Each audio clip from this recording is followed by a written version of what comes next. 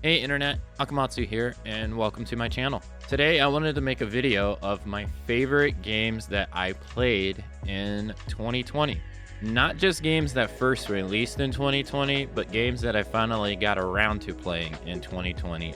So for this video, it's going to be organized with my favorite game of 2020 first, and counting down, with the tail end having games that I played in 2020 that weren't released in 2020.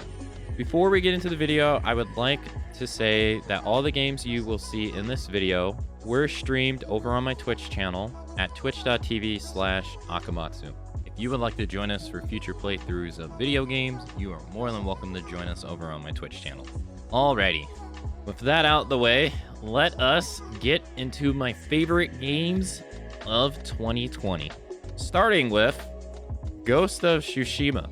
Ghost of Tsushima was a game that I was not really looking forward to. In fact, it wasn't because I had a negative opinion, it was because I had no opinion at all. I felt like this game was living in the shadow of The Last of Us Part 2. While there probably was a lot of buzz around it, I feel like the main focus from Sony was on The Last of Us Part 2. So for me, I didn't really see much about this game. The first time I ever heard about it was at E3, where we saw that guy playing that instrument that one year. And once I saw the footage, I was like, I gotta play this. There were so many samurai games or samurai-inspired games that came out what kind of felt around the same time, you know, at least within a couple years, from Neo 2 to Ghost of Tsushima to Sekiro. And man, Ghost was just amazing. It is a beautiful game to look at. The color palette in the game is so amazing to look at. Traveling around and fighting in the game, it feels so badass. You feel like such a samurai, and it's not even exclusive to just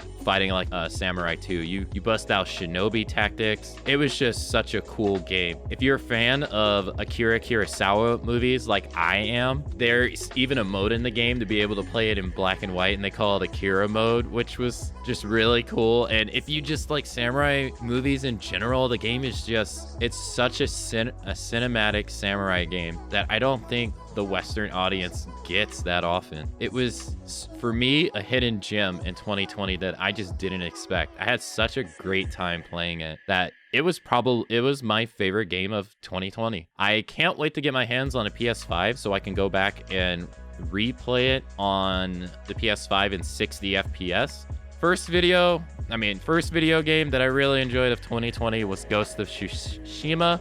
The game that's coming up next honestly is tied for my favorite game of last year, and that would have to be Hades. Originally, I played Hades in 2019 when it was in early access, after hearing about it from one of my favorite broadcasters, actually. I played it then, I loved it. It was amazing. When it came out finally in full release and everybody started playing it, I finally went and gave it a shot. Loved it even more. Hades is such a good game in so many different areas. It's not a full price game. It's half, I believe, at 20 or 30. I don't remember because I bought it so long ago.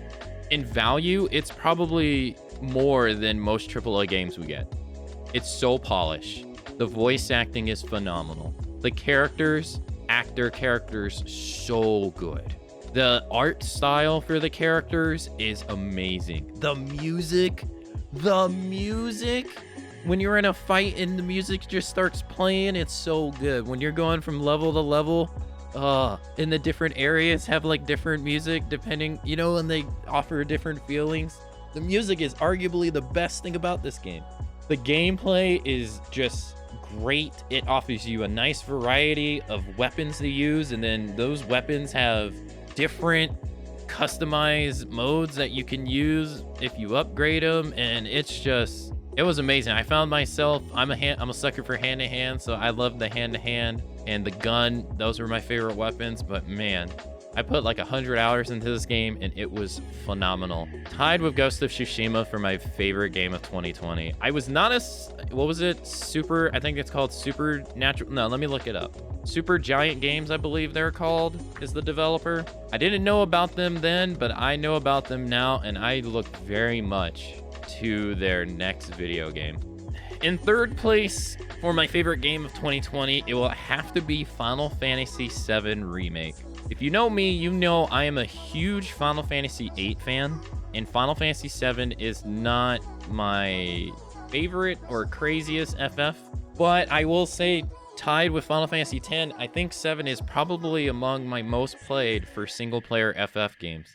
Final Fantasy VII Remake was honestly, I didn't think it was going to live up to the hype. It's one of those games that I think is like Ocarina of Time, that it's so well known, it's so popular, that there's just so many eyeballs on it that it's almost impossible to live up to the hype that we know what it is now.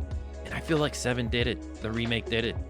It was so much fun in so many different areas, and it's only part 1. It was just nostalgia in a napkin and just neatly given to you for me. It was so good. I played through it immediately 2 times. One was the initial playthrough and the second was hard mode, and oh my god, it was amazing. The characters are so well voice acted. The gameplay, all the characters, so good. The RPG elements, they keep the base idea. The main gameplay is completely overhauled, but the materia comes back and it's still utilized like in the similar way. The characters all look so cool. Midgar's brought to life. You get to see it, and on top of that, it seems like they're diverging into like some new area. So it's not even the game that we technically played. It's more new than anything. And I'm very excited to see where it's gonna go. I cannot wait for part 2. The biggest thing that I was like excited about while playing this game was not even the game itself. Since I'm such a huge Final Fantasy VII fan, or not 7 fan, but Final Fantasy fan in general, playing this game and seeing it brought to life and it be really good was just getting me thinking of like, what if 9 was like this? What if 8 was like this? What if 6 was like this? Or 1 through 5? Or 10? I was like, dude, the possibility is limitless. I would love to be able to see old FF games like this get the same treatment. And I'm glad 7 turned out to be just amazing as it is. I could keep going on and on and on. This game was so much better than I thought it was going to be, and I cannot wait for it to come to PC. When it comes to PC, I'm replaying it all over again. Loved it. Next game, number 4 on the list. It's probably not going to be a shocker to anybody who knows me. Persona 5 Royal. If you were here when I played Persona 5 for the first time, I was head over heels for that game. When I found out they were going to have like an enhanced version, I was all on it. Now, I never played a Persona game before Persona 5. In fact, I never even heard of them. I wish I did. I don't know how I missed out on them, but oh my gosh, I cannot stress enough. If you like any kind of similar anime-ish style games and you're into RPGs, play Persona. Persona 5 Royal is so good. It's Persona just on crack. It was so great. There's so many nice quality of life additions to the game to make it feel like it's a new experience. The new characters are lovable and just really nice. The new areas you go to were really nice. And it honestly, the first time I played this game, I played it for like 250 hours. And that's a big time investment for a game for me. And to go back and do it all over again, because most of it is the same. I would say maybe like 25, maybe 20% of the game is different in additional content. But to be able to go back and do it all over it and still have a big smile on my face, investing 250 hours again, it was fun. I can't wait for Shin Megami Tensei. I hope I'm saying that right. The game that's going to come out on the Switch. I think it's the 5th one. I can't wait till that comes out. I know they're not the same series, but I heard that Persona was birthed from that series. So I can't wait to play that and see what that's like. And I cannot wait for the next installment of Persona. They now release Golden on PC. I can't wait to play that and go back and try 3. And I really can't wait till the 6th game comes out, whenever that comes out. Persona 5 Golden, it's one of my must-play games. I'd recommend. Loved every minute of it. Number 5 on the list, Doom Eternal. Doom Eternal was sick as sick can be. It was so cool. It's just an action fest from start to finish. There's not too many single player first person shooter games that I play like this, and Doom just hits that itch. Now I know it has a multiplayer aspect to it, but to me, Doom is a single player game. I don't even touch the multiplayer aspect of it. So I don't know if it's good or bad, but the single player was amazing. It was a great time. It was like Doom 2016, but even more action. which was insane. The new enemies, one of the new enemies is such a pain in the ass. And you know, if you know the enemy I'm talking about, it was, oh god, taking that thing out was crazy. They also released the DLC for the game. I think it was called the Year One or something like that. I might have the name mixed up. Part 1. That DLC was even harder than the campaign, and that thing was amazing. I can't wait till part 2 comes out in 2021. I'm gonna be all over that. But Doom Eternal was just, for me, Doom 2016 and more. The extra lore that they put into the game, to me, helped people like me who are lore snobs, and the over-the-top action was just everything and anything I can ask for a Doom game. So number 5, Doom Eternal, easy pick for me. Number 6, this is a game that actually kind of surprised me. I thought this game was going to be bad. Crash Bandicoot 4, It's About Time. And as the subtitle says, this is a sequel to Crash 3 that came out on the PS1 eons ago. Now, I thought this game was going to be bad because it wasn't made by the original devs. Naughty Dog's, you know, working on The Last of Us and all kinds of stuff. And Crash has been tossed around from dev to dev to dev so much. There's so many Crash games out there if you go look it up. And so here we are having a sequel to a game that came out 3 generations ago. And I'm just like, I don't know how this game's going to do it. And it did it. Crash 4 is so good. It is hard as nails. It is so hard. And it's hard for the right reasons. It's not hard because it's cheap. It's literally hard because they just throw hard obstacles at you. Crash 4 is like the most refined Crash game. And usually you would think when you have more refined controls, it becomes easier. Oh, no. Maybe I just sucked. But Crash 4 was so hard. But it was so good. There's so many unlockables to unlock. They added new gameplay mechanics with new characters for you to play, like new I shouldn't say new, but side-scrolling stuff. Just the new characters have different way of playing that differentiate them from Crash, but still feel like they exist in this universe and fit very well. They have some surprise characters that you play as that I'm not gonna say, but when you play as, I was really shocked. I was like, wow, okay, sure. They got a ton, and I mean a ton of unlockables, a mega ton of unlockables that'll keep you busy. But I was just really shocked it was good to begin with. I was gonna play it because I have a history of Crash. I didn't really expect too much out of it, and I was pleasantly surprised by how good it actually turned out to be. So Crash 4, one of my favorite games of 2020. So here comes number 7. Now, this is the last one of new release stuff that came out in 2020, but there's a caveat. It's an expansion pack for a game that came out 2 years prior. Monster Hunter World Iceborne. If you know me, I love me some Monster Hunter. I'm a newbie. I came in at World. I loved it. Iceborne got released super early in January. I think some people even forget that it actually came out in 2020. I did, until I looked it up. Iceborne added so much to the game. I can't even get started. It added a new hub area. It added a new mechanic for all 14 weapons in the game. It added another universal mechanic called the clutch call for all the weapons, which I didn't find out that people didn't like until it was at the very end of playing the game. It added a just overwhelming amount of new monsters, a new end game, just so much, a new tier in difficulty for Monster Hunter World called G rank that has been a staple in previous Monster Hunter games. Reoccurring monsters that have come from previous games that have come back, brand new monsters like Velkhana, just so much content to the game. It was amazing. The final monster they added in Iceborne was like the perfect hurrah you could ever give it. It was so good. Capcom nailed it out of the park for me with Monster Hunter World, so it would have felt wrong not putting Iceborne here on this list. Iceborne and Monster Hunter World in general is one of my favorite video games of all time. I loved it. I had a great time. It's on my list at number 7. I can't wait for Monster Hunter Rise on the Switch. Now, I only have 3 games left on the list. All 3 of these games are games that came out before 2020. I played them in 2020 for the first time, so I felt like mentioning them.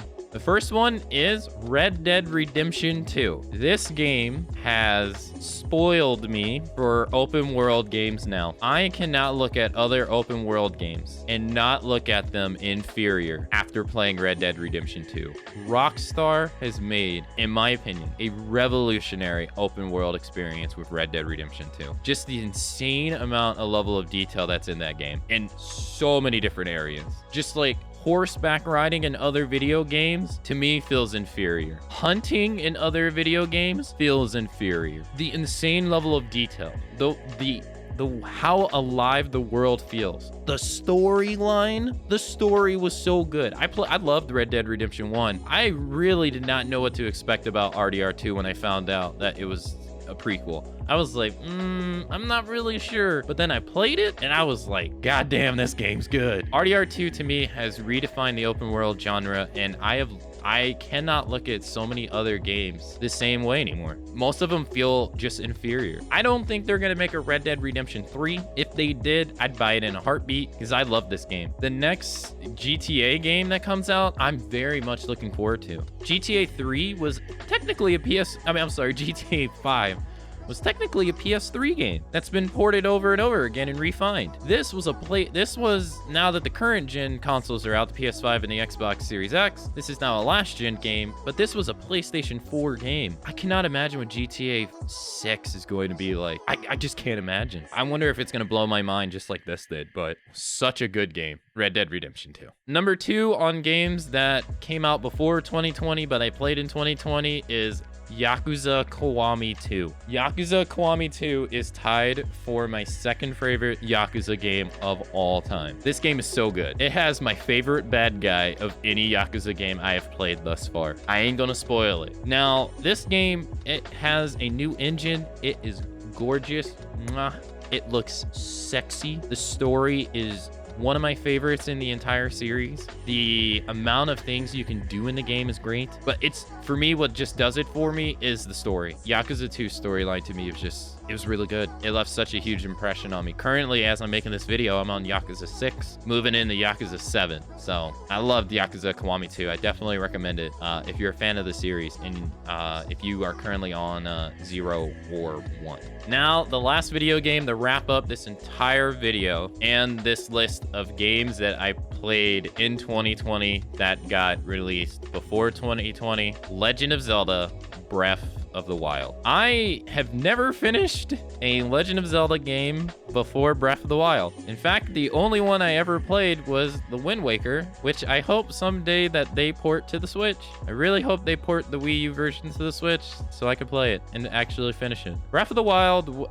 honestly, I was intimidated to play it. Since I never played a Legend of Zelda game, I didn't think I would like them. I didn't really know what to expect, but for some reason, I just didn't think I would like them. But Breath of the Wild, I know a lot of people say that Breath of the Wild is not like the other Zelda games, so that's one of the other reasons why I wish they would port over some of the games like Skyward Sword, Twilight Princess, and Wind Waker, so I can get a better idea of what Zelda is, especially like Ocarina of Time. I would love to play Ocarina of Time. I just had a great time. It was so fun exploring the world, going around and doing all the side quests and leveling up Link. I thought the stamina system was really cool. Once I was given the freedom to go explore and do whatever I want. I think I went 40 hours without even doing the main story. I just went from area to area, talked to all the villagers, helped the villagers, did the side quests. It's such a beautiful game. It's such a relaxing game. It's very calming. I don't know what it is. I think it's just the atmosphere, music, and the color palette, and the freedom. They just freely allow you to do whatever you want. It doesn't feel as intensely like pushing you towards to do one thing, which I guess other open world games kind of tend to do. It's just the freedom to be able to feel like I could just go do whatever I want and help whatever I want, whoever I want. Really made me enjoy the game. I had a great time, and I'm glad I played it. I'm very glad I played it. I'm glad I got over that initial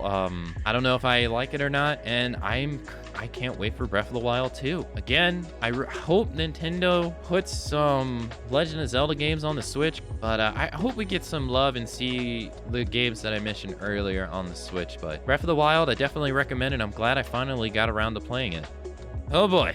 Well, that's my thoughts on the video games that I played in 2020. Those were my favorites throughout the year. I ended up playing, for the first time, I think 39 video games in total. And in general, I played 71 games total. So out of those 71, those were my top 10 games of 2020 that I got around to playing. If you enjoyed this video, a like would be appreciated. Comment down below what was your favorite games of 2020. 2020 or video games that you got around to playing in 2020, like I did with RDR2, Yakuza Kiwami 2, and Breath of the Wild. I will be making my least favorite games of 2020 as well. There are a couple that I played that I was a bit about. That will be coming. If that excites you, if you subscribe to the channel, you'll be notified when that video goes live. I want to thank you guys for watching. Thanks for taking time out of your day to watch my video. Again, all these games that I mentioned here on this list, I stream over on my Twitch channel. If you would like to join us for future playthroughs of video games, you are more than welcome to, and we would love to have you.